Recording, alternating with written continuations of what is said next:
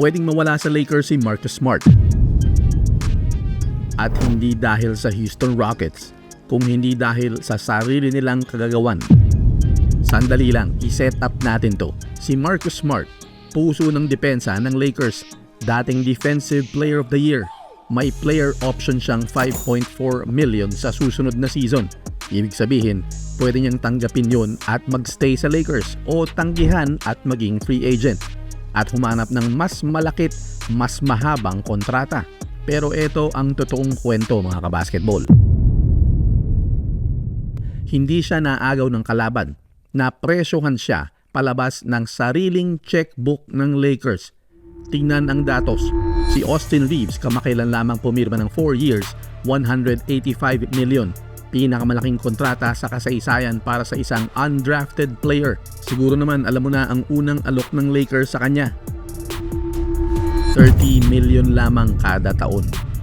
Tapos pumasok ang Detroit Pistons na gustong-gusto siyang kunin. Biglang 46 million, 50% taas sa loob lamang ng 24 oras. Ito yung hindi pinapansin ng iba kapag binigay ng isang koponan ang max salary sa isang player. May iba na hindi mababayaran. Para mong inubos ang budget sa appetizer tapos magtataka kung bakit di mo na kayang bayaran ang main course. At ang main course dito, yung A-lister center na matagal nang hinihingi ni Luka Doncic. Pero paulit-ulit silang sumasablay. Si Isaiah Stewart, kinuha ng Memphis. Si Hartenstein, na natili sa OKC. Ngayon si Mitchell Robinson ng champion Knicks ang target, kaso nakikipag-agawa na rin ang Brooklyn Nets at ang Sacramento Kings. Sasabihin ng iba, nako, rumors lang yan. Talaga ba? Si Ime Udoka, coach ng Rockets, siya rin ang nag-coach kay Smart papuntang Defensive Player of the Year sa Boston. Hindi yan rumor, yan ang motibo. At ito ang mas masakit. Hindi lang si Smart ang nakataya.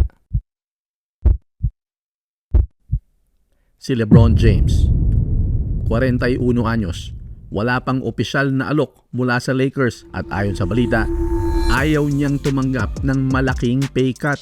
Kaya isipin mo to, yung iisang max contract ni Austin Reeves pwedeng maging dahilan para mawala sa Lakers hindi lang ang puso ng depensa nila kay Marcus Smart, kung hindi pati ang isa sa pinakamalaking pangalan sa kasaysayan ng basketball na si LeBron James. Dalawa, sabay-sabay. Magkasing bigat. Purple, gold, pero ubos na ang pera. Kayo na ang magsabi. Sinave ba ng Austin Reeves deal ang Lakers o sinira niya ito? Pag-usapan natin yan sa comment section.